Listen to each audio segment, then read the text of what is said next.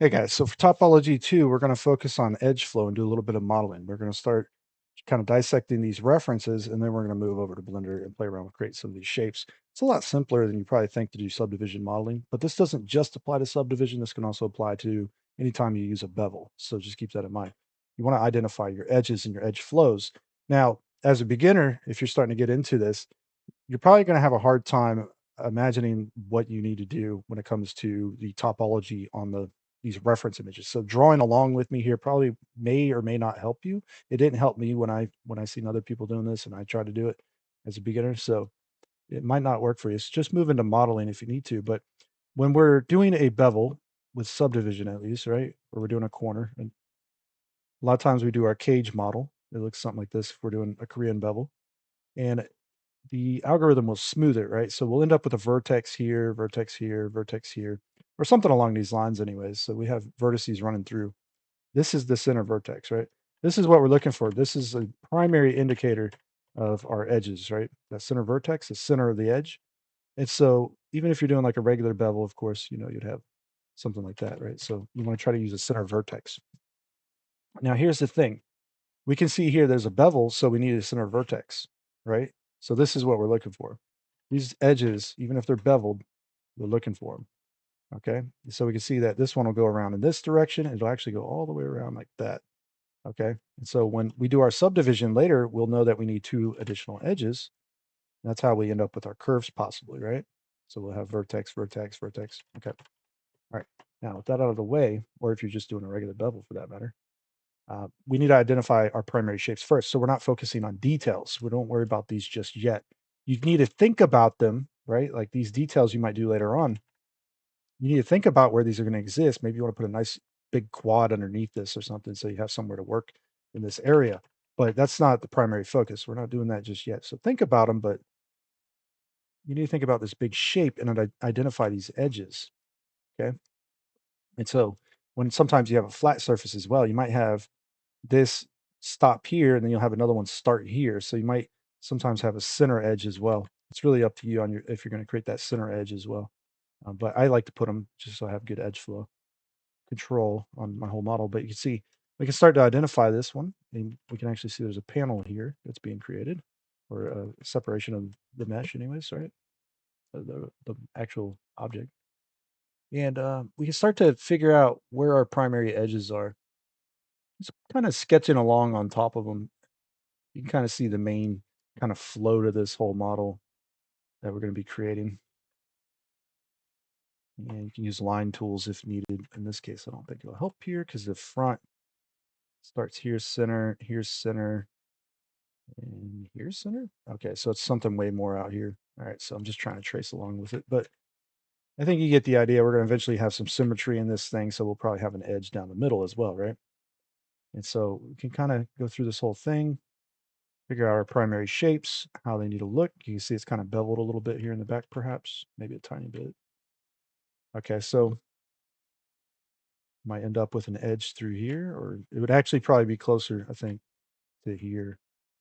But this one might have a little bit of like a weird chamfered edge here, something like that. So that's what we're looking for when we're looking at our references. This is really what's most important at this moment. And things like this, like little details like this, like if you use a decal, this isn't a big deal. But if you want to model these in later, you're going to have grids probably going across this. So sometimes you want to take those grids and you want to kind of move them in the same directions as these things, perhaps. So you might not do one for every one right away, but you'll try to do that and maybe straighten up back here a little bit, perhaps, or something like that. Anyways, so any part of this model, you will be able to identify these edges. And so for cylindrical shapes, this is all you're looking for at first. You're going to add other details later in the process, not right away. Generally speaking, that's usually how it goes. So like this little arm section, here's a main edge. Here's a main edge. We can figure there's going to be a cut up because this turns into a cylinder. I'm just going to trace the section there for a little bit, and you can see our center on the left side here, and we might have another one here, something like that. So we can start to imagine these things as 3D models, and whenever we see those edges, we know that it's an indicator that we're going to need some holding corners there, right, or some bevels. or whatever. And so we want to try to get these things laid out correctly. And then you can see when you have weird faceted shapes, a lot of times using creases helps on this, but you can use additional edges as needed as well on these like little strange areas here. So that would be an edge flow, possibly edge flow. Uh, let's do the mirror. Yep. This one's a good little example. You can see we got some different kind of shapes taking place in here like this. This one kind of flattens out, maybe runs up like that a little. I don't know what's going on exactly, but we'll figure it out if we start modeling it and trying to look at other reference images for sure. But these are the main edges to it, right? It's kind of a little edge in here. I'm going to not use as much strength to indicate that something's going on there to that front section, right? And so we can kind of trace the whole outline here.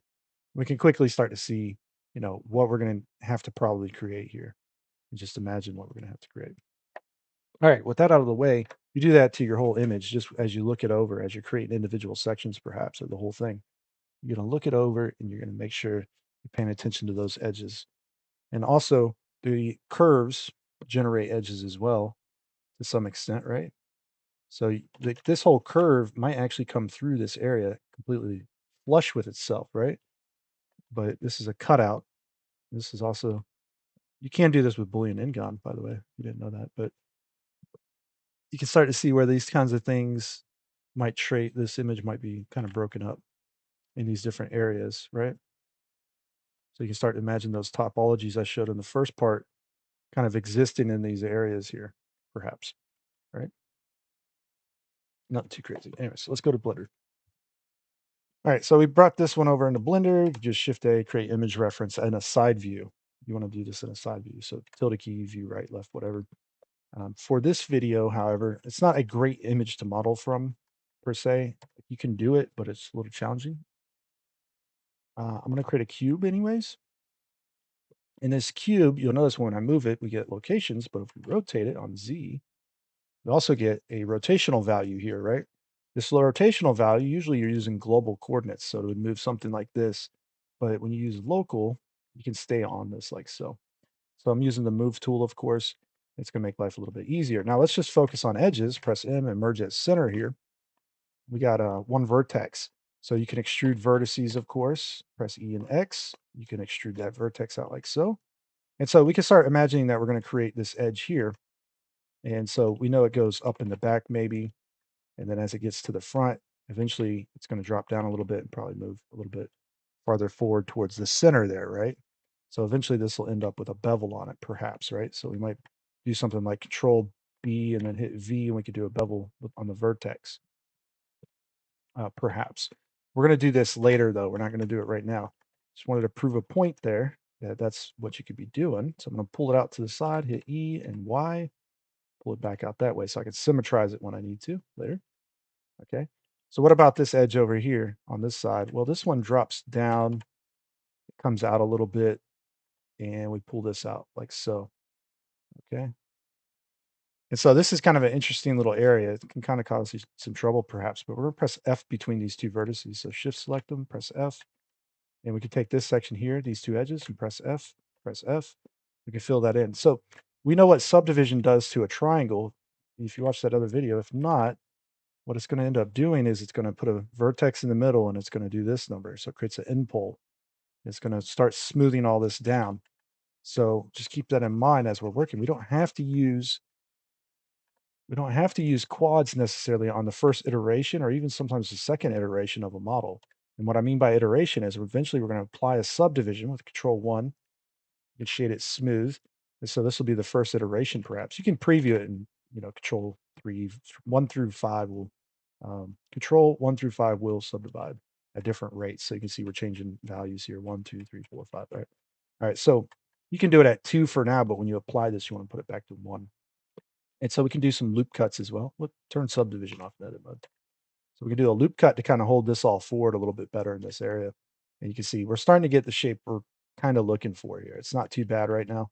Put one in the back for now as well. So that just stays a little bit further back. Those are your kind of your control loops, right? That keep everything in check. So this section here, I'm just going to bring it down for now. And I probably should have brought the whole edge down. Let's bring the whole edge down actually. And we'll do this number.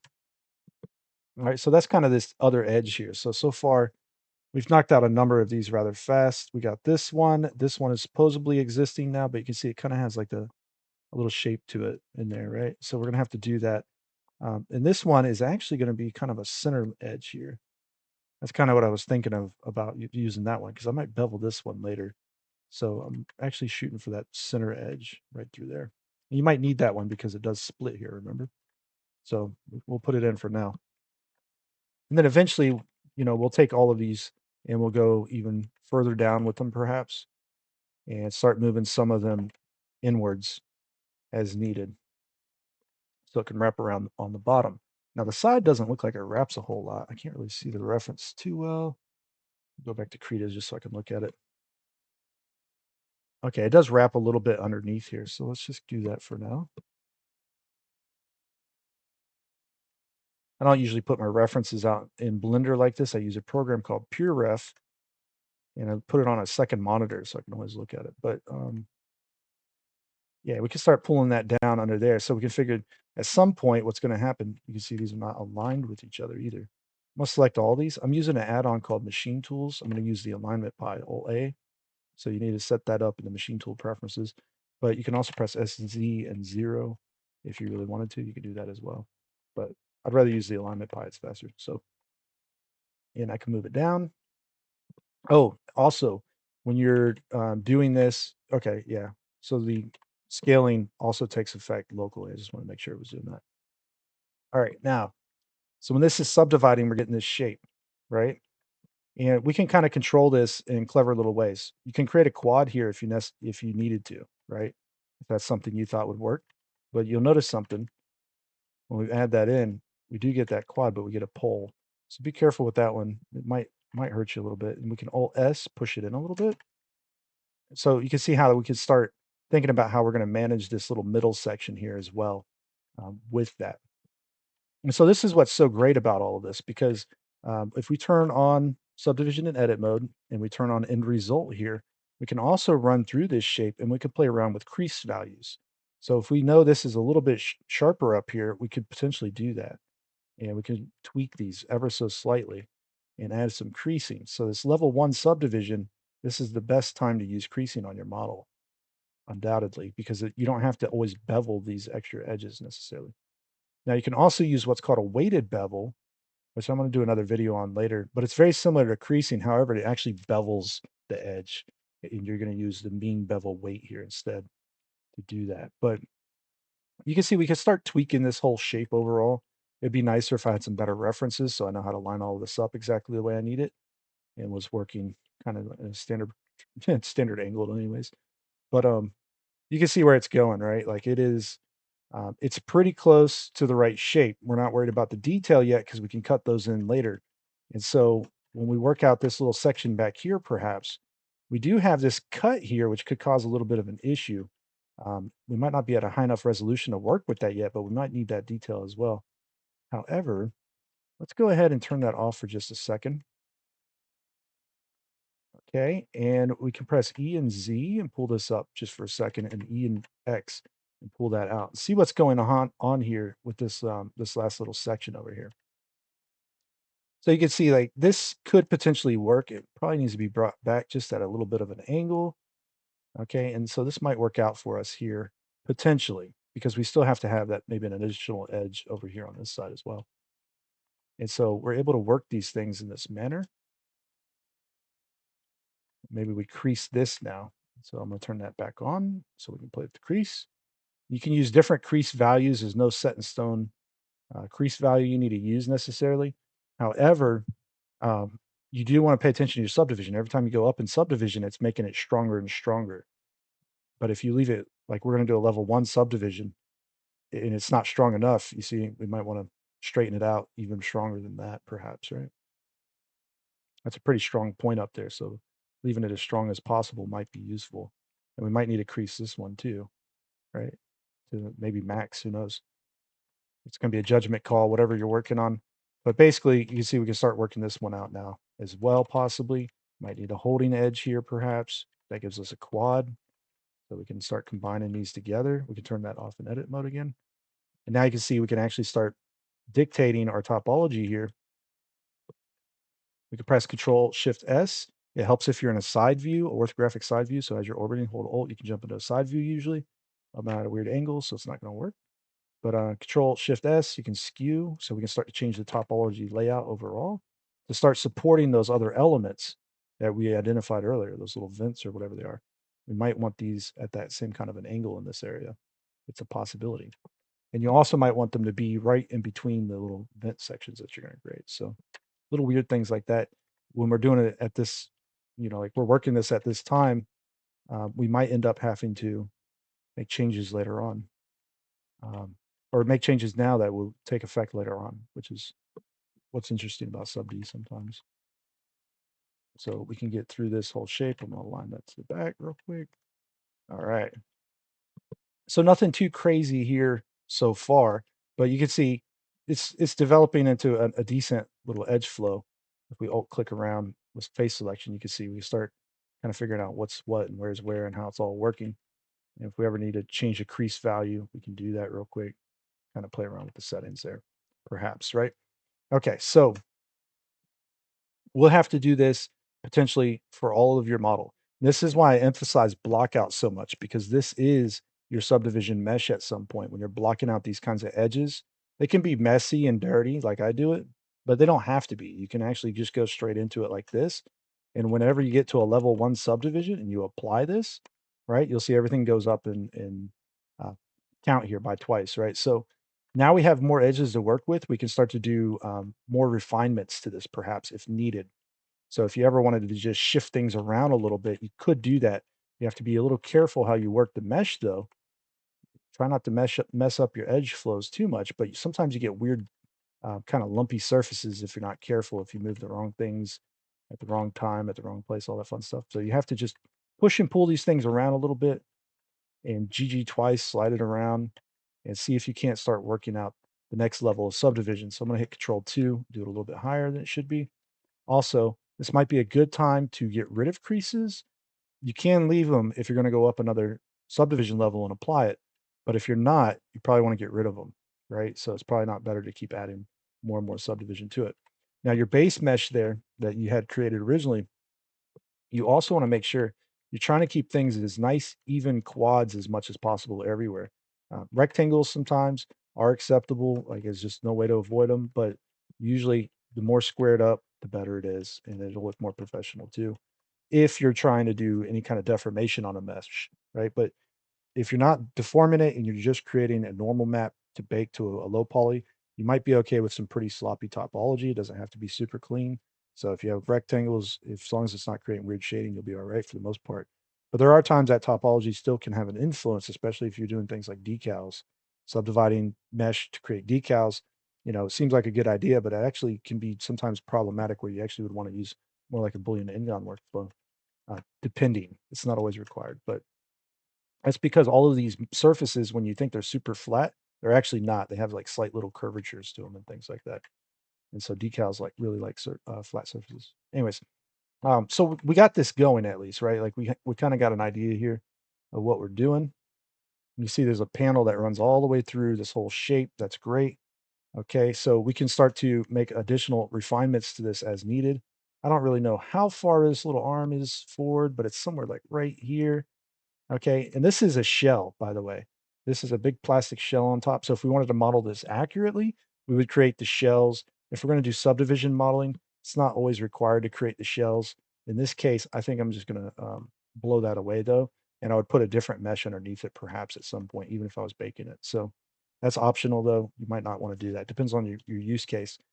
So we can start to create shells if we wanted to. It's not time yet though. I usually try to do that later, but I'm thinking about it right now. I'm thinking about this edge splitting right here. Okay, and so that's why that edge flow is so important, because you might need it at some point for an edit on to create the other things you want to create. As for these other sections here, like this section here, it might not be high enough resolution yet to hold this whole area. It might be close. You can try modeling it and then see what happens for you. But basically, we know this is the center edge that's going out right through here. That actually doesn't exist. So we can use things like the knife tool and we can start cutting in maybe the shapes we want in this area. And you can see I'm not worried about necessarily what's here. I'm worried about what I'm trying to create.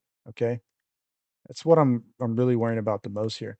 And one of the problems you might run into with this is that it just looks a little bit funky, right? Like it's just not quite there. So let's take a vertex, Shift S, and do cursor to selected. With the machine tools add-on, the cursor will adopt the rotational value of that vertex, perhaps, right? So we could put a cylinder right here in line with that vertex if we wanted to. So that's something we could do, or we could put it in line with the whole object if we created a cylinder by doing Shift S, cursor to selected. So when we create the cylinder now, we can align to the 3D cursor, right? And you'll see that it will rotate it however it needs to be to fit in that place, perhaps.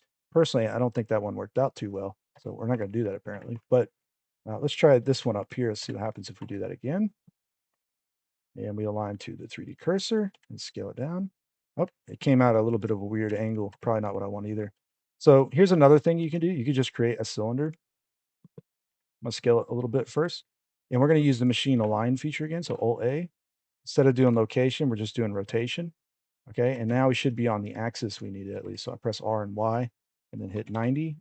We can go ahead and do that as well. So little things like that can come into play. Now this is what's kind of cool. This is why I'm showing you this. Because we know we could cut out this little area, but if we can figure out the size of that little cylindrical piece in there, and we can kind of make it the correct size, it'd be a little rough to do this on this one. We need like a good dead on front image, I think, but we could move this into place maybe, and we can cut around this thing to get that shape going a lot more accurately, perhaps, when it comes to the cylinder. So usually you want to use on these lower density meshes, like 8 side cylinders. As you go up in density, you might have like 16 or 32 sides or et cetera. But we can kind of figure out where this thing is. We can try to get it placed dead center with that edge, perhaps. So we know it's in the center. And now we can take that and use that as a reference as well. So we can start cutting, as straight as we can through here, and then going and paralleling that other section there. Maybe we go to right here. So we can use this as a guide, this little cylinder. We're just using it as a guide right now, nothing more than this. And we can start to figure out this shape here and how it's going to actually lay out across this mesh. And you can cut pretty much wherever you need to and then work it back later on. Sometimes that's actually a little bit better if you do things like that. But here's a little problem. I'm getting a little bit off of that cylindrical shape. Let me start that again. You do want to get this fairly accurate because it's really hard to change the positions later on, potentially a little bit. So we can just kind of work it out. We'll go through it and we're creating an edge flow here as well. That's what we're doing. So I do want to try to mimic the area at least as much as possible. It's going to flatten some of these areas out. Okay. And that one will go right there. And let's go to here. Let's go to there. Okay. Now you can delete all this and try working with an open edge. That's up to you. What I want to do is I'm imagining there's an 8 sided cylinder in here, which I didn't create, but I'm imagining there's an 8 side cylinder in there. And so I want to make sure that I have the right amount of vertices going around this thing in the right areas. So I'm gonna start optimizing it inside of it, pushing outwards if possible. So we should have a vertex. If we're doing let's just make this 8 sided real quick. We'll optimize it super fast. We're gonna take actually don't even have to take those. Let's take these. We're gonna do control shift. No, wait, what is it? Control alt shift select, right? Yeah, there you go. Control alt shift select that. We're gonna do a select checker deselect. Here we go. And now we got every other one. Control X, dissolve. Control alt shift select, checker deselect, Control X, dissolve. All right, so now we got 8 sides. See how that's going? It's kind of not the 8 side I want though. I want to press R and Z. I want it rotated like this maybe. Okay. So I want the vertices kind of up and down, left and right. I think that's going to work out better in this position. All right. So now when we go through this, we can start to imagine we need this thing down here. If you GG twice this over, it's actually flattening this area a little bit. So Machine Tools has a surface slide feature, which is the equivalent of face locking or face constraints in Maya and Max. So you can turn this on. It's usually on the modes pie though. Surface slide, you have to enable it in the options. You have to go to the modes pie. And when you're in edit mode, you hit tab, the modes pie pops up. You'll see surface slide there. But this is basically a temporary shrink wrap. And a lot of times these help you get things into position just a little bit nicer. So if you have to kind of rework little areas, it won't lose It won't lose most of its shape. It does lose a little bit of it, but it's not too bad. And you don't want to probably use it on open edges like that. So GG twice that one. These sections aren't as unforgiving as these little sections in here. And so you can see we can start to create the shapes we need here and maybe the amount of edges we need to control or the amount of vertices we need to control these edges so we can keep them sharp or not and just get them going basically. This one, I don't think we need, and I don't think we need that one just yet. We might have needed them, but I don't think so just yet. These two we can join perhaps, but I'm gonna probably just well, we could extrude this in, but I was gonna delete it. Um, yeah, we'll go through and we'll do both. Why not? We'll just delete it. We'll extrude it first and then we'll delete it. Okay, so you can take this whole segment here. Surface slide is still on. I'm gonna inset it. Okay. And that's gonna give us a sidewalk, basically a border here. So now I can turn surface slide off. I can press E and then move it on X. E and right click, and then move on X after. We can do this number. You see how we got this little edge here? If you don't want that, when you do an inset, you press B. Okay. On an open edge, it won't go out from that edge. Okay. So it won't go in. So now we can do that, turn surface slide back off. And we can go ahead and press E, right click, and move it in like that if we wanted. Extrude, however, did in fact do that. So you can see it created faces there. Just delete them. Not a big deal. All right. So if we wanted to just push that in a little bit, we could have done that number like that, right? That's a possibility. Also, you'll notice here, I got an Ingon down here, and it's kind of causing a weird little kind of lip thing going on. So we'll have to work that out. But for the most part, this is how you might do just a quick push in if you didn't want to. You might taper these as well. It's a little hard to taper edges like this sometimes, at least in Blender. Like you might do some S, Z, and 0, or excuse me, S and Z and scale on the axes here to kind of push those together. These ones you might have to move a little bit or scale them as well. Can't scale them. You can scale them all at one time, but you're still going to have like, they're going to be just off when it comes to distance from that other edge we had created. So you have to kind of do it manually. Right. And then if you like that, you can use the cursor selector with hitting C, go through it, inset it again. And that's going to be another holding edge down there in the bottom. So you might end up just doing 2 loop cuts here. So you have one, or you have the 3 on this side and you have the 3 on this side. All right. So that'll work out quite nicely there like that if you wanted to. If you wanted to just delete it all, you can quickly select everything in the middle. Do Control Number Pad plus. You can select more.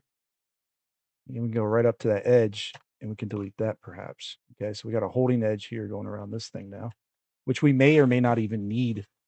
Technically, the way I'm going to show you this little trick that I do sometimes, but this is, yeah, may or may not even be needed at this point.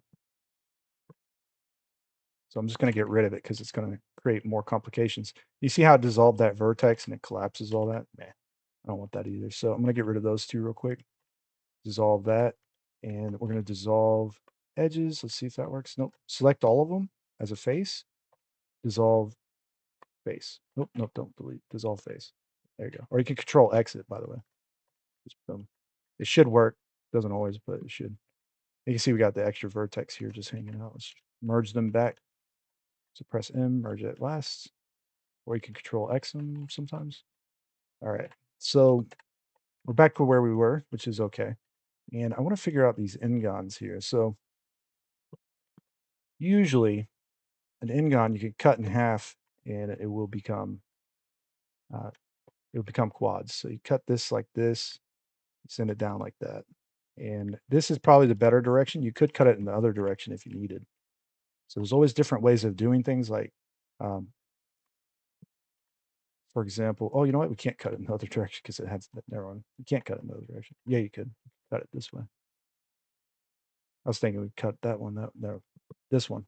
But you can see this is getting to be like a big rectangular area, perhaps.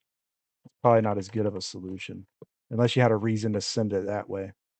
Probably not a good idea to send it that way. So you can see where this is going. At this point, we can do that one like that. But this top one, we have to run it all the way down the shape, perhaps. And that's not fun because now we're increasing the resolution through here and we're getting big rectangles as well. This is also a chance where you can use your redirects. But remember, end poles pinch and they don't always look good on curves. Sometimes you can get away with it, sometimes you can't. But we created the end pole, the redirect, the quarter inset. There we go. Let's see how it looks. You can see it's a little denser in this area, perhaps. And so that may or may not be a good thing that we want to do.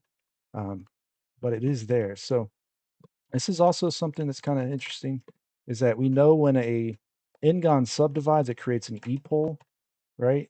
And so if you're okay with this effect, it's okay to use that as well. If you turn off optimal display, and you look at your mesh with wireframe, you'll see the e-poles actually make sense here to some degree. It's just kind of in the wrong position. It's pulling too far backwards. And I don't know if I really like that. So, we could try tweaking the mesh perhaps with end result on. This might help us for the next iteration of subdivision.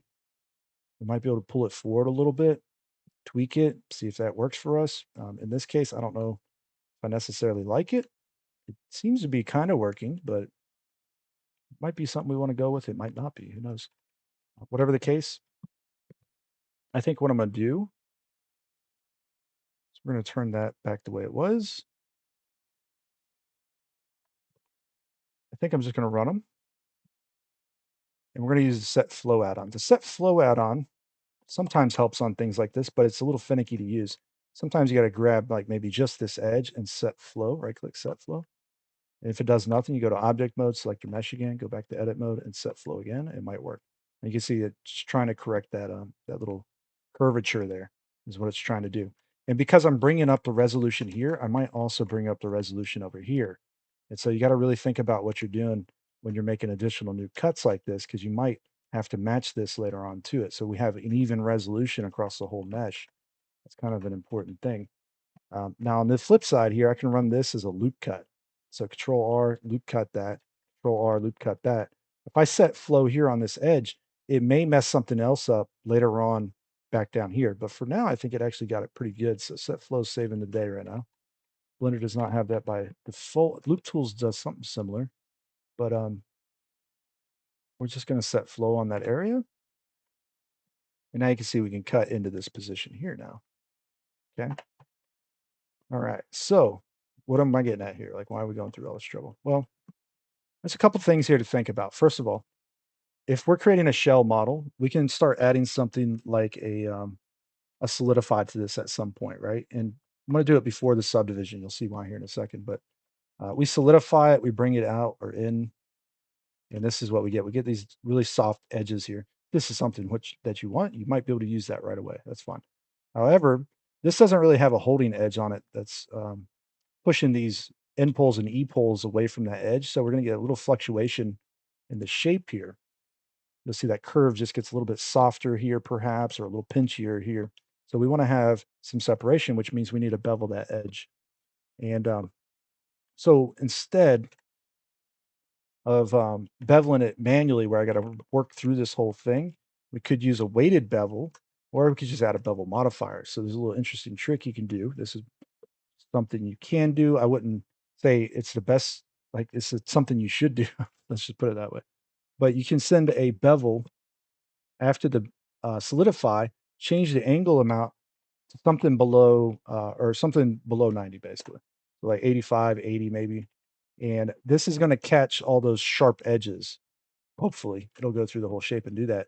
And so when you take this number really low here, we'll have a bevel on all those hard edges that we're trying to create there. And we can do 2 segments.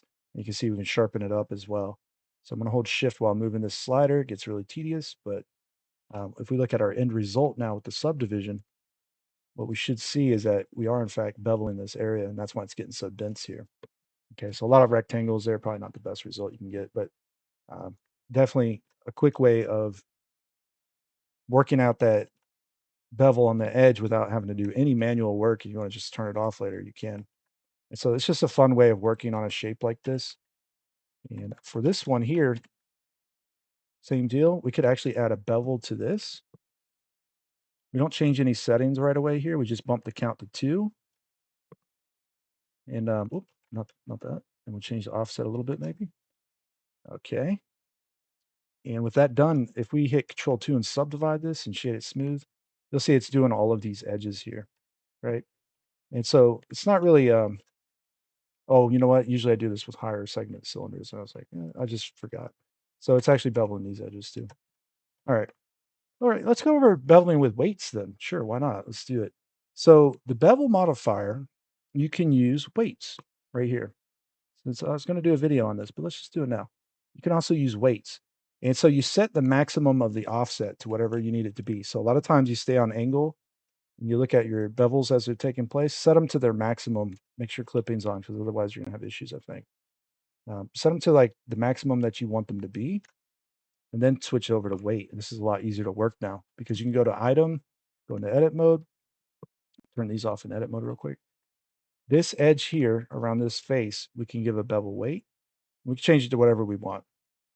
I'm just going to set it to 1 for now. Okay. You can see that's our maximum. 1 is our maximum. So if we were to bump that back down, we can change the shape overall.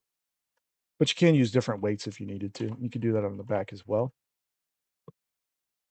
Okay. And so we're just going to change the weight to 1.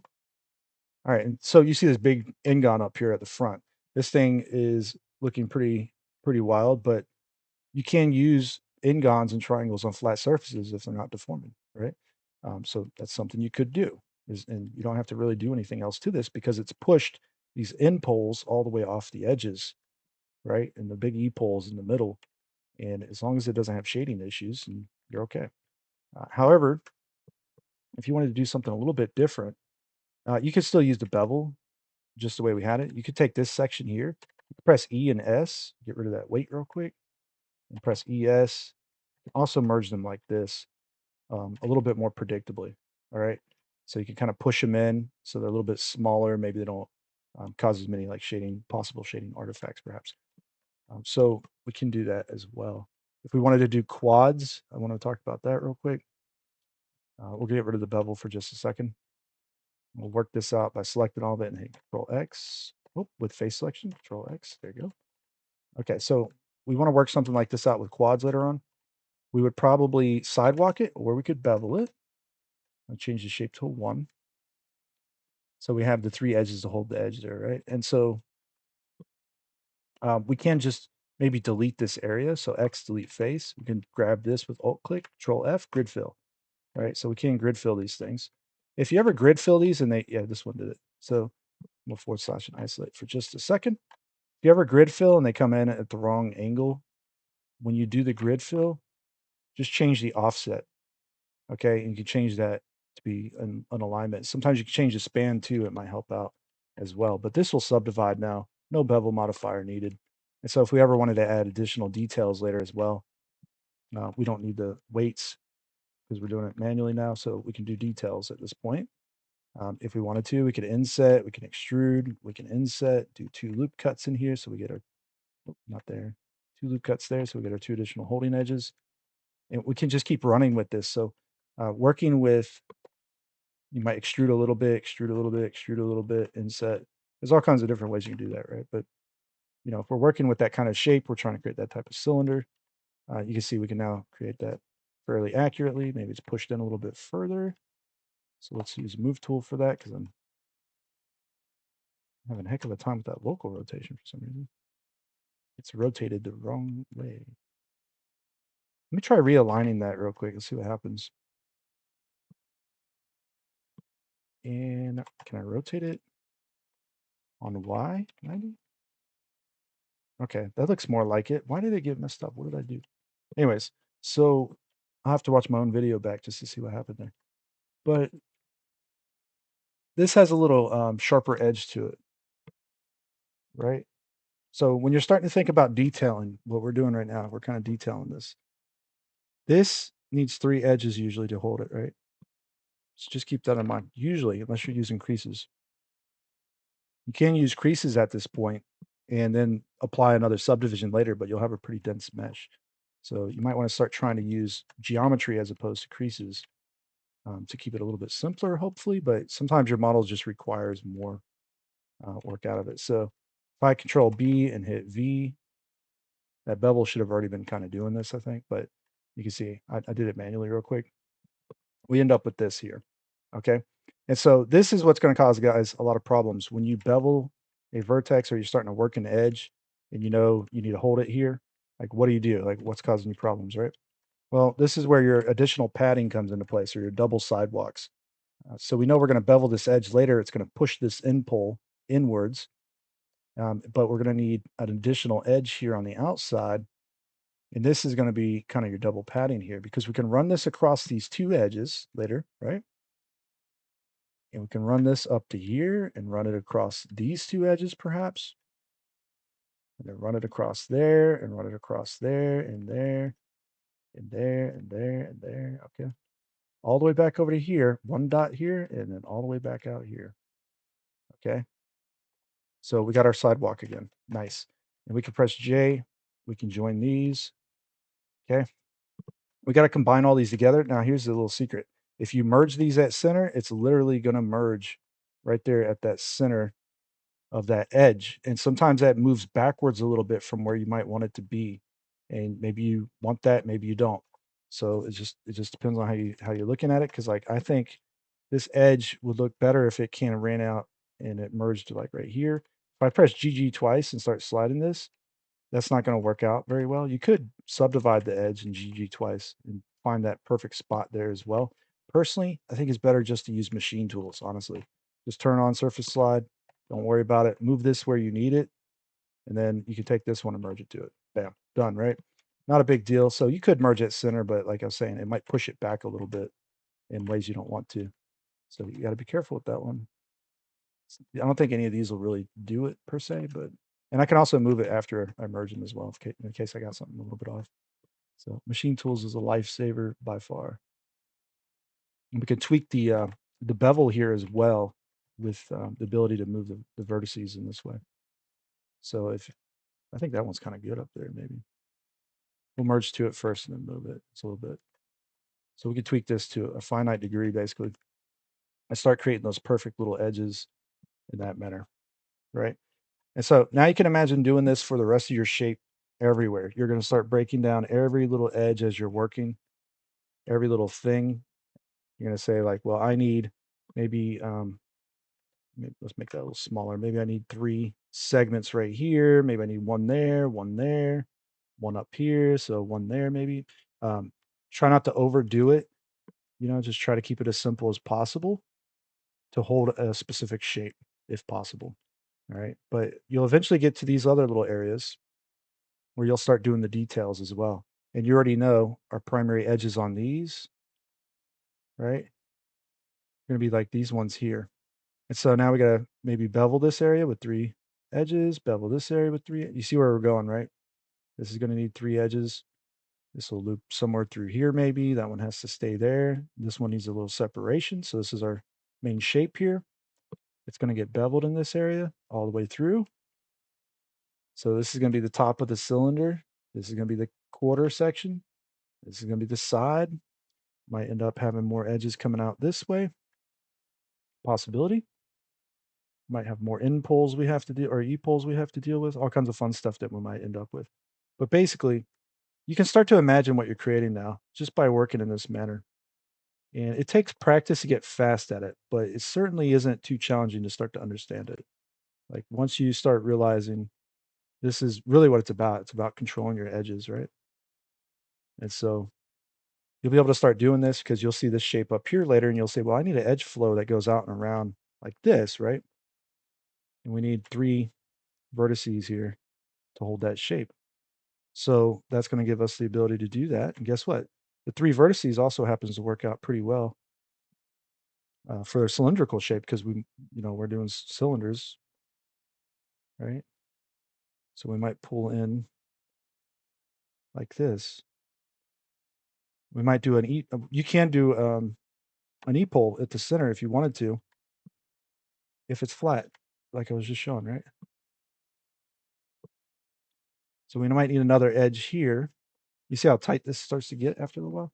So even doing creases for a second iteration might actually be useful. But at some point, you're going to start to have to work all those little tiny bubbles probably. So, and same things happen with the detail shapes down here. Eventually, you'll have to say like you need to create these kind of corners, right? You're going to need all these different little edges, run them down. You're gonna need a holding edge, and so on and so forth. You'll go through the whole shape, but then this one also needs like additional support in this area, perhaps with a polygon that goes across the whole thing. Like an extra border around it, basically. And you'll do that over and over and over again until you end up with a really nice result and everything that you wanted your model to be, it will become basically. Also, don't forget to turn surface slide off. You have to do it in edit mode. And sometimes if you applied modifiers and then forget to turn surface slide off, as you start doing that, going in and out of object mode, you'll get a really wicked error that just destroys the whole scene. But um, so yeah, do turn it off after you're done. Otherwise, you'll have a major issue basically. So, anyways, that's it for the video. Hopefully, you can take this information and run with it pretty far and just keep working all your individual shapes out as needed. I might do some more topo examples in the future on just like how to work details into cylinders and things like that. But I think that first video should have helped you out a little bit on the idea on how to approach a lot of those. Um, but I'll probably save cylinders for another video as well. And yeah, so that's it for this one, guys. I hope you enjoyed. If you did, leave a like and subscribe to the channel and leave some requests for things you might want to see as well in the comments. I'll definitely do videos on requests. All right. So check you out then.